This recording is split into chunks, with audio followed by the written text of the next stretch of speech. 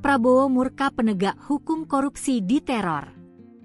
Mahfud MD sebut TNI jaga kejaksaan tak normal. Presiden Prabowo Subianto menegaskan komitmennya untuk terus membongkar kasus korupsi di Indonesia.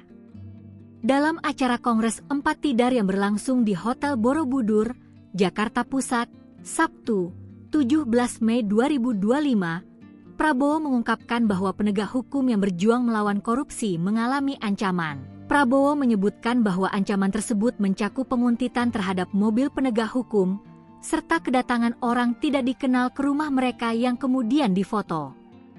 Meskipun demikian, Prabowo menegaskan bahwa ia dan pemerintah tidak akan gentar dalam melawan korupsi.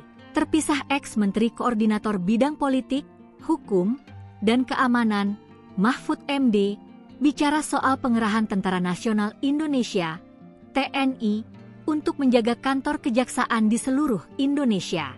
Perintah untuk mengamankan kantor kejaksaan di seluruh Indonesia, mulai dari Kejaksaan Tinggi, Kejati, hingga Kejaksaan Negeri, Kejari, sangat tidak normal. Mahfud meyakini pengerahan TNI untuk menjaga kantor kejaksaan di seluruh Indonesia atas sepengetahuan dan izin dari Presiden RI Prabowo Subianto. Mahfud berpandangan, Panglima TNI tidak akan berani asal memerintahkan prajuritnya menjaga kantor kejaksaan di seluruh Indonesia tanpa izin Presiden.